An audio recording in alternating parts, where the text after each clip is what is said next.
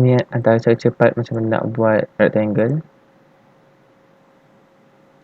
Setkan dimension seperti biasa.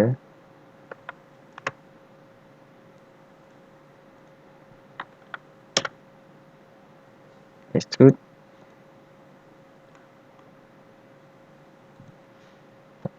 Taruh sini, taruh sini.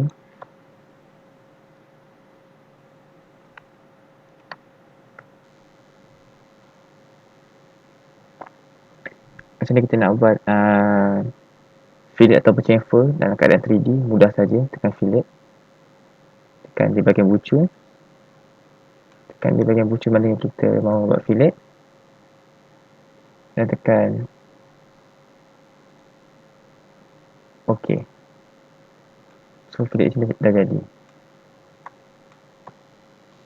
So kita nak buat chamfer, sama saja, pergi ke chamfer, tekan bucu sini ataupun bucu sini. Kita boleh setkan berapa yang kita nak. Kita dah 15. OK, sudah potong. Setiap bucu kita boleh buat. Katakan fillet sini, kita boleh setkan contoh 2,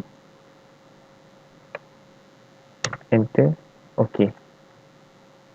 Jadi fillet dalam keadaan 3D, mudah saja. Dah siap.